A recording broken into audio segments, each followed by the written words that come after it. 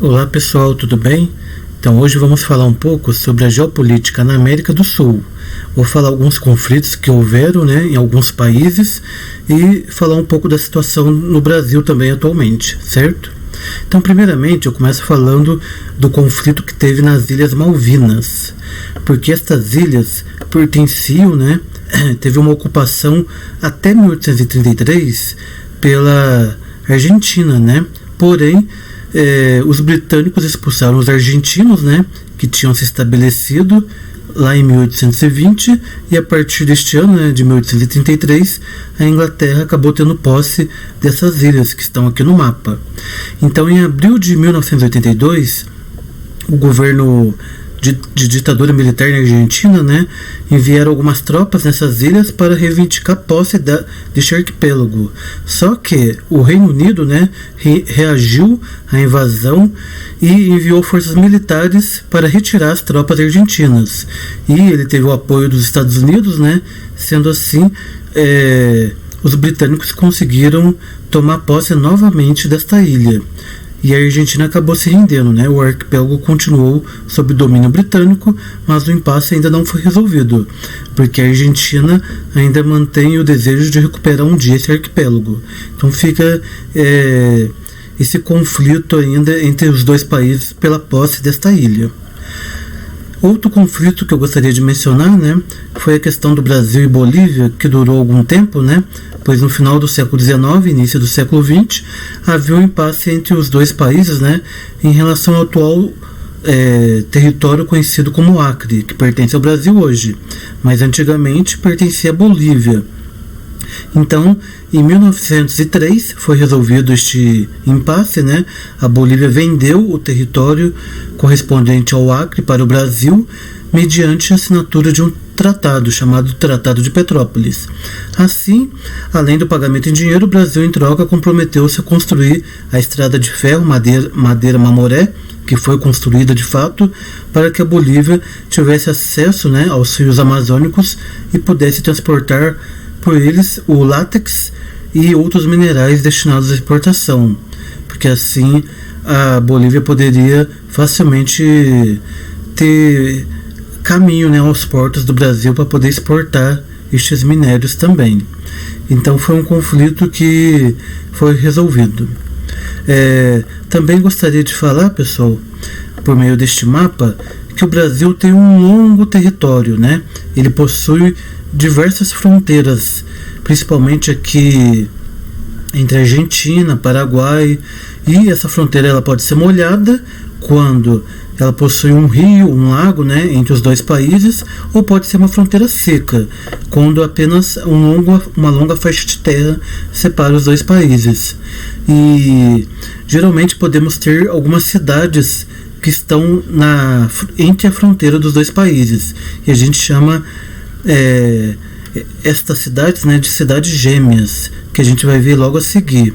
Então, como o Brasil possui uma longa fronteira, nem sempre possui uma vigilância desta fronteira, principalmente aqui no território amazônico, e é facilmente um local onde pode entrar pessoas para o tráfico de drogas, tráfico de animais silvestres, enfim, O Brasil não tem seu território totalmente vigiado, para poder assegurar um controle mais seguro, entre pessoas, mercadorias, e precisava mais, desta parte de ter uma inspeção, uma regulamentação melhor desta sua longa fronteira.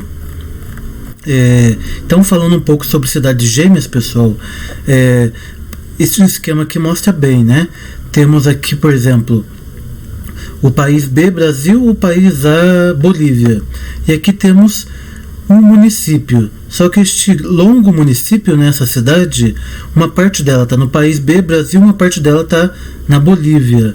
E aí, embora elas sejam ligadas, fisicamente, mas culturalmente e seguindo a legislação de cada país, elas acabam se dividindo, certo?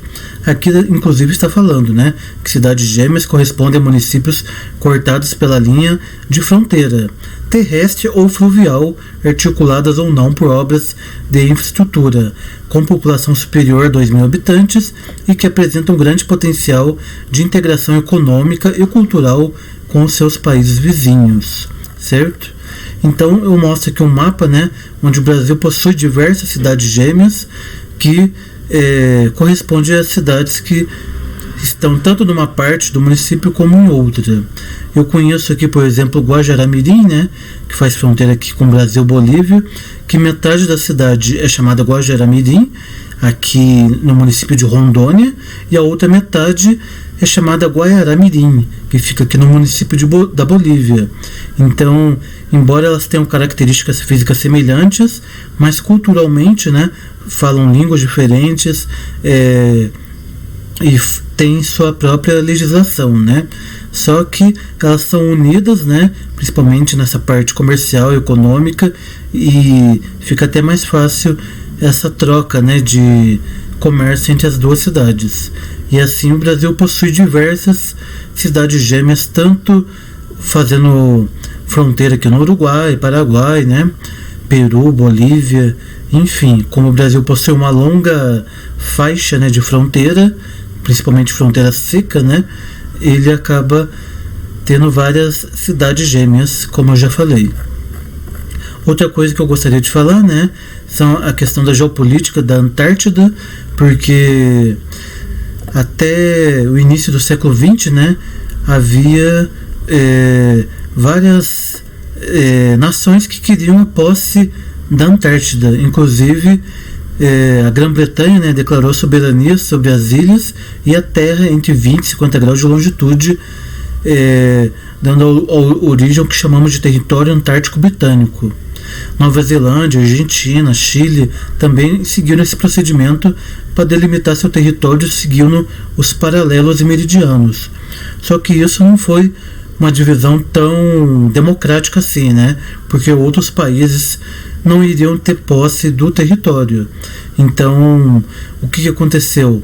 Para pôr fim a esse tipo de apropriação, né, e uso dos recursos minerais naturais da Antártida, a partir de 1957, os países buscaram estabelecer acordos internacionais para a Antártida se transformar num território científico internacional. Então foi a partir daí que houve o Tratado Antártico, né, assinado em 1959 e entrou em vigor a partir de 1961, onde 70 estações de bases permanentes de pesquisa, né, científica de 30 países começaram a se instalar neste território antártico, né, a partir deste tratado para poderem fazer sua exploração. Esse tratado, né, começou a ser válido de 1961 até 1991. Ele teve uma nova revisão, né, em 1998, com validade até 2048, onde atividades humanas no continente devem buscar um impacto ambiental zero, ou seja, você pode fazer uma atividade exploratória, científica, desde que seja sustentável, né, desde que não agrida o meio ambiente, porque sabemos que com o aquecimento global, várias geleiras, calotas polares já estão sendo derretidas lá naquele território. E onde o Brasil entra nisso? O Brasil também tem uma base científica lá na Antártida. Só que, infelizmente, né, teve um incêndio, uma explosão lá, e em 2012 o que destruiu nossa base militar lá. Já tem um projeto para ela poder ser reconstruída, né? Porém ainda não foi finalizada, e o Brasil precisa terminar para poder continuar pesquisando e desenvolvendo tecnologia e ciência lá no território que outros países, inclusive da América do Sul, também têm desenvolvido, né? Tudo isso que eu estou falando, pessoal, é importante a gente contextualizar dentro das organizações mundiais, porque sempre que tem um conflito, né, entre Brasil e Bolívia, Brasil e Paraguai, né, onde teve uma guerra que morreu diversas pessoas e inclusive o Paraguai acabou perdendo essa guerra, né, porque o Brasil, junto com o apoio de várias nações, acabou sendo vitorioso. Mas o que acontece? Sempre que existe grandes conflitos mundiais, né, temos que pensar nas grandes organizações mundiais como a ONU, que é ela que vai intervir para poder haver paz no mundo, né? Foi assim depois da Segunda Guerra Mundial, que ela foi criada em 1945, né, para poder ter mais paz no mundo, e ela acabou buscando interferir em diversos conflitos no mundo. Também existem organizações internacionais regionais, que são organizações menores que existem, né? Podem agrupar países do mesmo continente, como é o caso do Mercosul, do NAFTA, né, que existe na América Central e América do Norte, né, México, Estados Unidos e Canadá, ou pode existir em diferentes continentes, ser um bloco intercontinental, como é o caso da PEC, né, que é o bloco dos países do Oceano Pacífico, né, que é um bloco muito grande, desde China, lá na Ásia, Austrália, Estados Unidos, Canadá. Então é um bloco onde tem vários países banhados pelo Oceano Pacífico. Eu gostaria de falar um pouquinho mais aqui do Mercosul, né, que é o bloco dos países aqui da América do Sul, onde em 1991 4 países, Argentina, Uruguai, Paraguai e o Brasil, assinaram o Tratado de Assunção, né, lá no Paraguai, que deu origem ao Mercado Econômico do Sul, né, sediado em Montevidéu. Então, os primeiros anos do Mercosul, né, buscou ser uma zona de livre comércio, transformando-se a partir de 1995 em uma união aduaneira, porque existem várias etapas que eu vou mostrar logo a seguir, né, para consolidar um bloco econômico. Então, o Mercosul contribuiu, né, para fortalecer principalmente Brasil e Argentina, mas existem alguns desafios ainda. Aqui podemos ver neste gráfico, né, que o Brasil consegue exportar bastante para os países do Mercosul, principalmente produtos agrícolas que os outros países não têm, e o Brasil consegue produzir em grande escala. E também não importa tanto assim, né, nos últimos anos, porque a preferência dele é Europa, né, China, que o Brasil ultimamente tem tido mais contato com esses países, Estados Unidos principalmente, né, e o atual governo deixou um pouco de lado os países do Mercosul, embora o bloco ainda continue existindo. Então, os limites e desafios, né,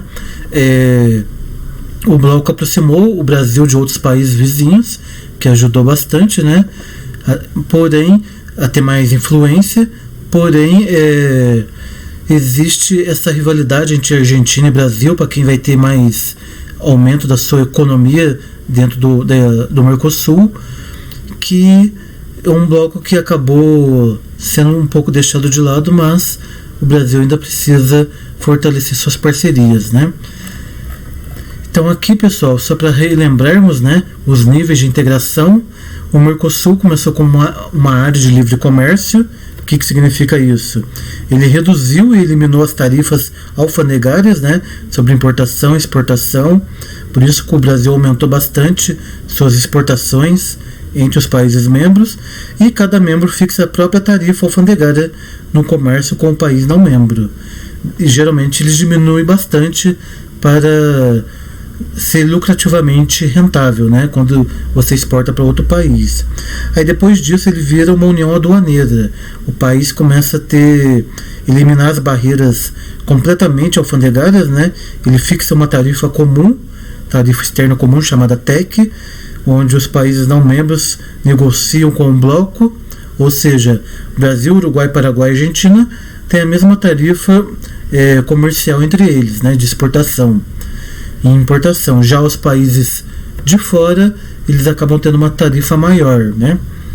Depois disso, né, uma terceira fase seria o mercado comum, que prevê o livre comércio, eliminação de todas as tarifas alfandegárias, né, e cotas de importação, além de livre circulação de pessoas, capitais e serviços, que o Brasil, Argentina, Paraguai, Uruguai e Venezuela, né, ela também entrou no bloco, mas depois acabou sendo suspensa porque não é por causa da sua ditadura e não ser tão democrática assim, né? A gente ainda não chegou nesse nível de integração econômica. E a quarta fase é a União Econômica e Monetária, que, como eu coloquei aqui, né, a União Europeia já chegou nessa fase, onde, além de possuir um mercado comum, estabelece a mesma política monetária única, né? Inclusive eles têm o euro, que acabou se valorizando mais do que o dólar, e tem como objetivo a criação de uma cidadania única, né? Apresentando a política externa comum, como eu já falei. Então o bloco acaba sendo bem forte. E coloco aqui para vocês, né, todos os países, os blocos econômicos regionais que existem. Aqui na América do Sul, né, o Mercosul, o Pacto Andino, são os países da América Andina. Aqui no Caribe, né, América Central, existe o CARICOM, o NAFTA, que Estados Unidos, Canadá e México, que não foi tão para frente assim, né, por causa dos interesses do México serem conflitantes com os dos Estados Unidos, né. Lá tem muitos refugiados, não tinha como ter uma livre circulação de pessoas na fronteira. Temos a ALCA, Área de Livre Comércio das Américas, que é um grande bloco que os Estados Unidos quer consolidar, porém várias potências regionais como México, Brasil e Argentina não querem que esse bloco se consolide, né, porque vai enfraquecer eles. Temos blocos menores aqui na África, SADC, né, já falei aqui da PEC, do Oceano Pacífico, né, aqui no Sudeste Asiático tem o ASEAN, que temos os tigres asiáticos que fazem parte também, e na Oceania temos esse bloco aqui, né, o ANCERTA. Então cada região tem seu bloco, alguns se desenvolvem mais, outros se desenvolvem menos. Tudo isso que eu falei, pessoal, está aqui, né, resumidamente, depois vocês podem ler mais com calma. Então, resumindo, é isso, né, existem conflitos que alguns já foram resolvidos, outros ainda não, mas os blocos econômicos, né, de acordo com os interesses das principais potências, acabam prevalecendo. Ainda falta eu falar um pouco mais sobre questões ambientais, que eu vou falar na próxima aula para vocês, tá? Obrigado.